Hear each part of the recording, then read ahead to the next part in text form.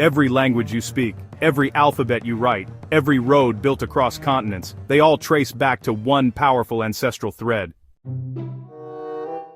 Hidden deep in the Y chromosomes of millions of men lies Haplogroup R1a, the lineage that gave rise to some of the most influential cultures on Earth. It shaped the voices of ancient Europe and South Asia, the movement of warriors and traders, and the very words we use today. This is not a story of myth or nationalism, it's the story of a real genetic migration that changed everything, a bridge between East and West that still defines humanity's global identity. Our journey begins over 22,000 years ago. During the Ice Age, the ancestors of R1a lived somewhere near the Eurasian steppe, possibly in modern-day Ukraine, southern Russia, or Kazakhstan, a vast windswept plain that would later become the cradle of movement and innovation. This was a harsh world of cold winds, mammoths, and endless grasslands, but it was also a place of adaptability, and that adaptability would become the defining feature of the R1a lineage. Genetically, R1a is a branch of the older R haplogroup, which spread across Eurasia after the first migrations out of the Middle East. But R1a's story truly begins when the ice receded and humans began to expand again. Not randomly, but in waves that would rewrite the map of humanity. Fast forward to about 5,000 years ago, in the Pontic-Caspian steppe, an area north of the Black and Caspian Seas. Here, archaeologists identify a remarkable culture known as the Yamnaya. They were the first true horse riders, mastering the art of mobility. They built wagons, domesticated animals, and moved faster and farther than any humans before them, and they carried R1a in their blood. The Yamnaya didn't build cities or temples, their monuments were movement, their language, survival. Yet from this nomadic people the foundations of Indo-European civilization were born. Their migrations weren't invasions in the modern sense, they were expansions, driven by climate, curiosity, and opportunity.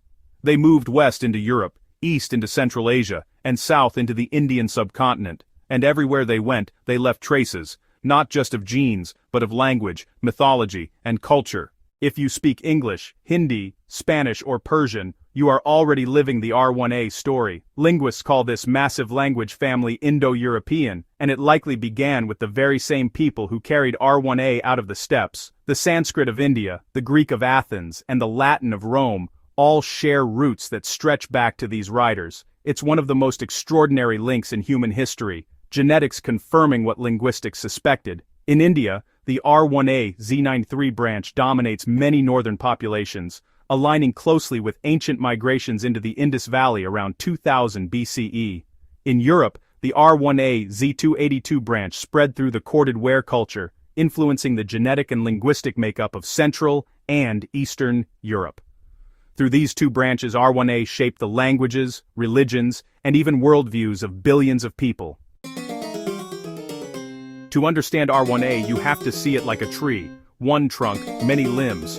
R1a Z93, found across Central Asia, Iran, and South Asia, this branch is often called the Aryan lineage, not in a political sense, but in the historical Indo-Iranian sense. It connects to the cultures that produced the Rig Veda, the Avesta, and the early civilizations of the Indus Valley and Persia. R1a Z282, dominant in Eastern and Central Europe, especially among Slavic, Baltic, and Scandinavian peoples. It's the DNA of ancient farmers, warriors, and early Europeans who shaped the continent's genetic backbone. These two branches mirror the two halves of the Indo-European world, one linguistic, one cultural, both deeply intertwined, and though separated by thousands of kilometers, they share a common ancestral story: resilience, exploration, and reinvention. For decades, archaeologists and linguists debated where Indo-European languages came from. Was it Anatolia, the Caucasus, somewhere in Europe? The answer, revealed through genetic studies in the 2010s, was stunning. When ancient DNA from Yamnaya burials was sequenced, it carried a heavy dose of R1a and R1b, linking the steppe hypothesis directly to genetic evidence. It was one of the biggest breakthroughs in population genetics, a direct bridge between language, archaeology, and DNA. For the first time, we could see the actual faces of people who shaped entire civilizations. R1a carriers weren't just survivors, they were travelers. They spread agriculture, metallurgy, and pastoralism wherever they went.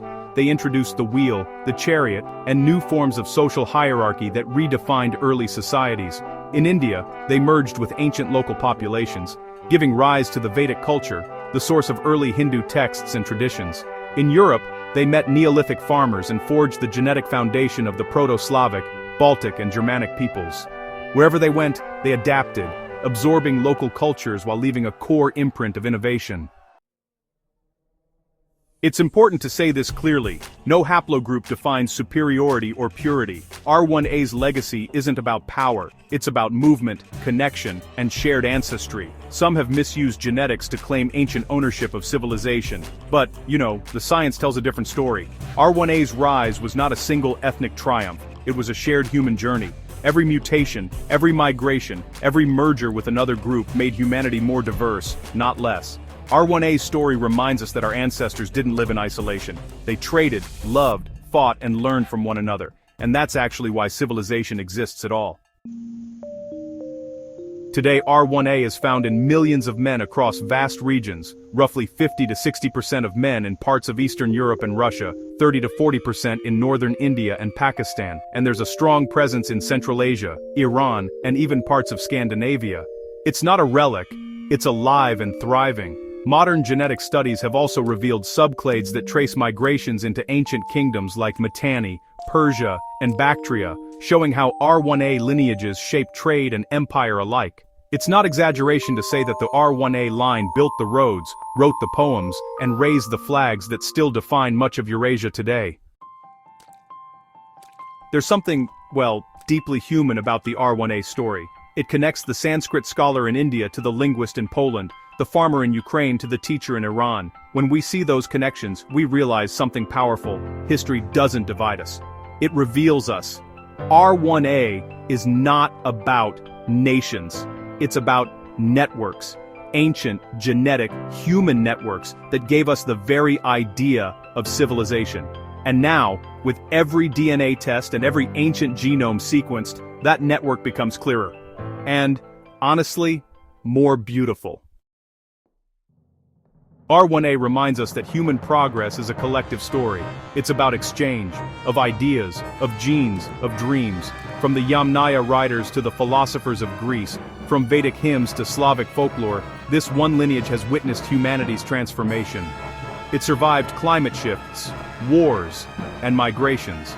It adapted, evolved, and built the world we now take for granted.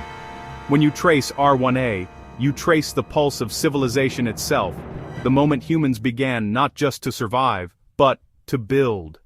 The ancient steppes may be silent now, but in your veins their legacy still rides.